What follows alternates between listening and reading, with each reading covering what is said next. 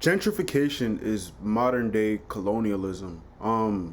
Let me just set some insight as to why I've theorized this.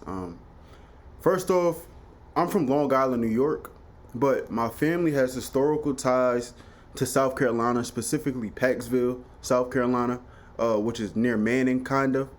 So my family has had a long history of being ingratiated with the South, but my grandparents decided to move up north. So with that, I always go and visit down south, and I could see the differences between Long Island, New York, and down the deep south. Very much so. I could see the differences between infrastructure, between street lights, between a whole bunch of different things, between the wealth gap. And then on top of that, I decided to go to college in Miami, Florida, University of Miami.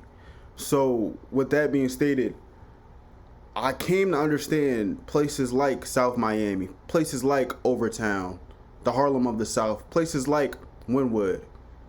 And one thing is very constant between all of these three places, despite the geographical location. Long Island has areas of which, especially in Nassau County, because I'm from Nassau County, Long Island, has areas of which are undergoing gentrification. South Carolina has areas of which are undergoing gentrification. North Carolina does as well. I spent a lot of time in Greensboro, and it's undeniably facts that Overtown, South Miami, and Wynwood go through it as well. So the moving of black residents, the moving of the people who are creating a culture, a lot of the times in America, and placing them in different places so that other people could come into those places that have only seen value because of the labor of black Americans, and then displacing them for more economically sound people, whether it be an affluent, an economically sound white couple, Asian couple, Latino couple, even a black couple. But they're removing the people that really built the culture for capitalism. But it's really eye-opening, especially as someone that's 22 years old, for me to begin to start to contextualize all of these different things. And no, I'm not 100% right about anything, but I'm going to continue to grow and continue to learn. But what I'm seeing, I'm literally seeing it with my eyes now that I'm of age to put some real thought behind what I'm actually observing. I'm witnessing areas of black influence be stripped away from those black people. So let me just be frank, right? A lot of the times there has been like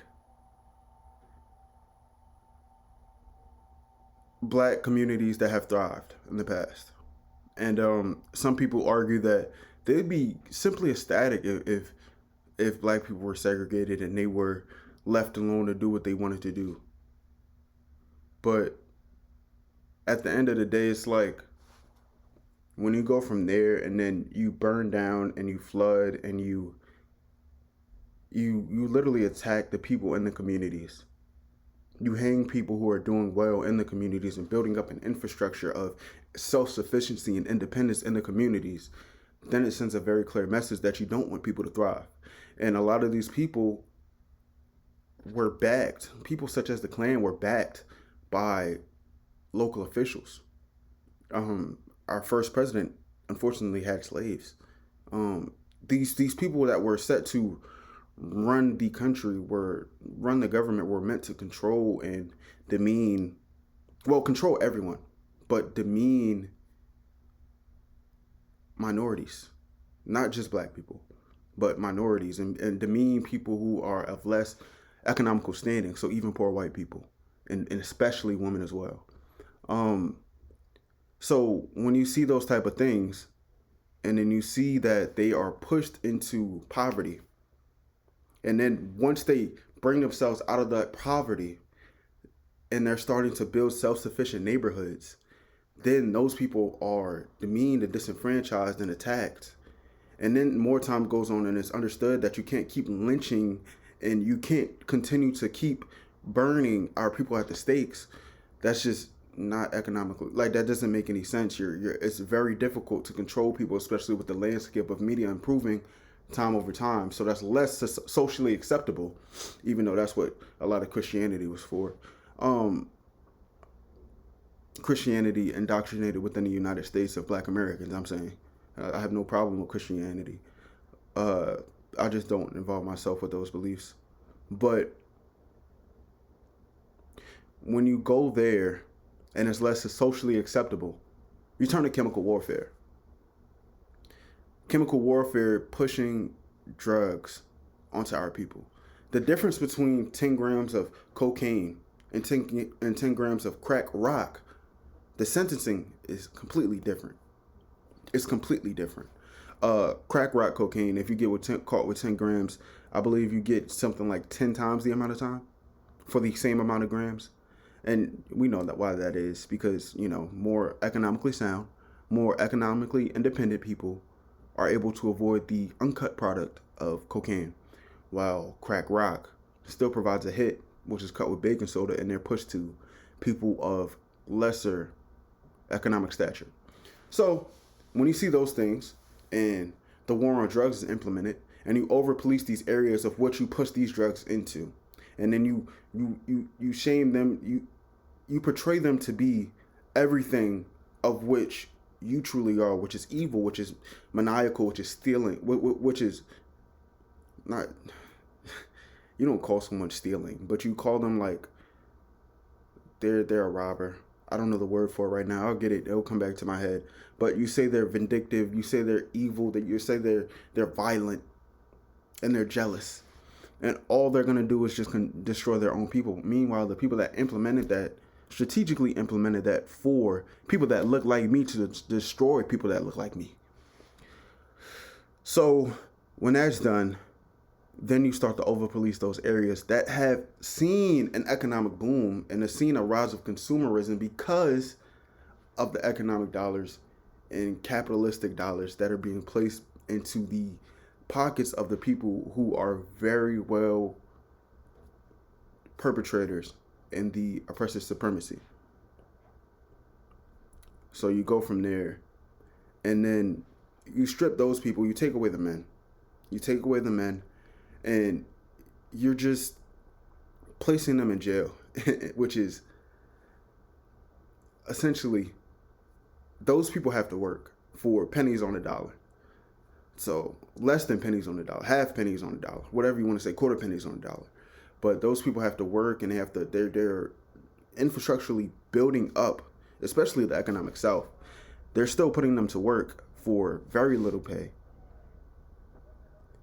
very little resources, with a disregard for who they are. But those are the same people that are receiving those sentences because of the chemical warfare being pushed onto the community in the first place. So they're making their own oppressors are making a problem, pushing it onto the Black community, forcing the Black community to involve themselves within that problem by not providing healthy outlets and not providing jobs. And when those healthy outlets and stuff they're being demeaned, they're being taken down, they're being shut down at every corner. So they're taking away the safe spaces and places of self-expression. There's a lack of opportunity, so everyone has to fight. So they turn to the streets, they turn to the chemicals that were pushed onto them in the first place, and then they're told that they're the devil. And then they're told that they're inherently evil because of the situations that they've been dealt. Does that make sense? It doesn't make any sense to me. So then, when those people rise up out of those situations, because one thing about Black people, they are very resilient. When they rise up out of that, and then they go and they seek some sort of they go and they seek some sort of fulfillment, rather, and they start to make things like music. They start to express themselves in things like art, and they start to fight back against the cause, and they start to become the political leaders of which many things are modeled after today, such as Fred Hampton with the breakfast program and uniting people across colors, across races. When those type of people are brought up, then they are fed even more capitalistic desires. And those people are brought up, and from there, it's more of the same, essentially. Because those people are meant to express, they're true to themselves, and then they get corrupted. They get corrupted by these entities that pushed on the chemical warfare in the first place.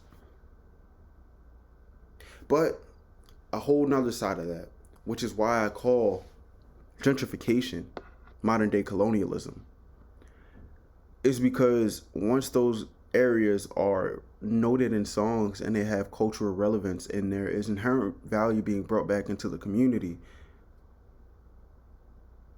people who aren't from the community move into those communities and look down upon the people that were historically disenfranchised and disparaged. And they're told that they have to move out of their home where they're from. What does that sound like? That sounds like colonialism. That sounds like capitalism. You're going to the capitalism in its essence. It's just making the most amount of profit with the least amount of expenditure. That's capitalism. So they're going to go to the lowest. They're going to live in places below their property value and try to build those up and not give the jobs to the people of the community, but rather the people, they're incentivized to move there and pour money into a community that was built by black people. So that's all it is now. That's the difference now. That's the difference between burning down black towns and flooding black towns and today gentrification. It's all the same shit. It's all evil. And I didn't really understand and process what was going on before.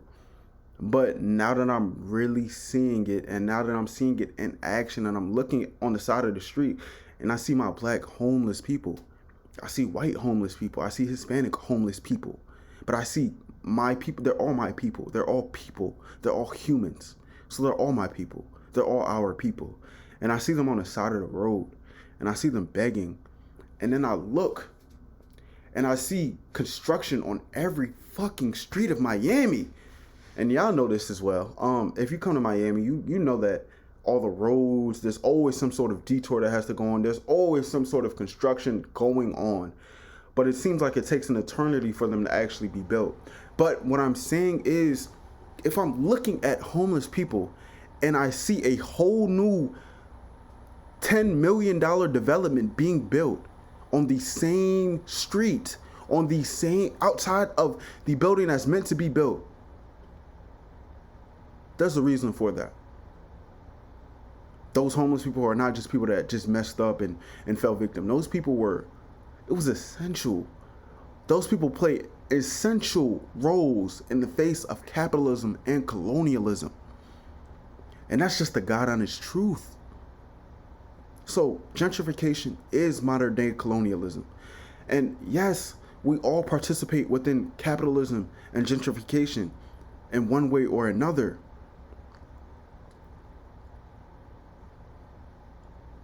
But my hopes is not to demonize the people who are controlling, but demonize the people who are participating within it, because they've been manipulated and controlled as well.